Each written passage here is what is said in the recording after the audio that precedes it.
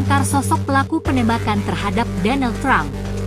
AP News menginformasikan pelaku diduga bernama Thomas Matthew Crooks, pria berusia 20 tahun.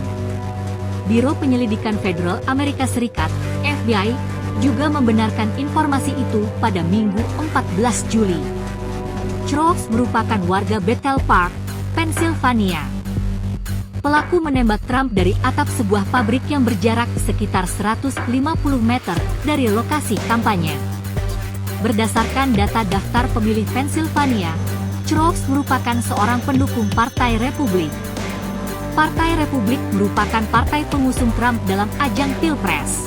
Namun meski terdaftar sebagai pemilih Partai Republik, tetapi catatan laporan keuangan kampanye federal memperlihatkan ia pernah memberikan uang sebesar Rp241.000 di tahun 2021 ketika Presiden Joe Biden dilantik. Uang tersebut diberikan ke ActBlue yang merupakan grup untuk mendukung kandidat dari Partai Demokrat. Sementara Partai Demokrat sendiri mengusung Biden dalam Pilpres Amerika Serikat mendatang.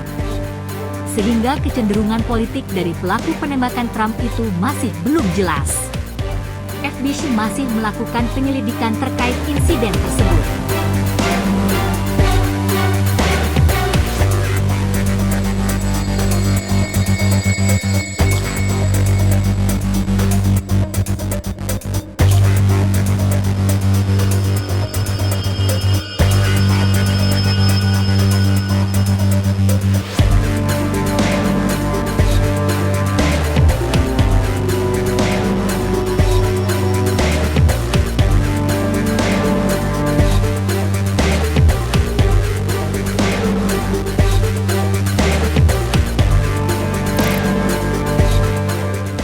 Download Tribun X sekarang, menghadirkan lokal menjadi Indonesia.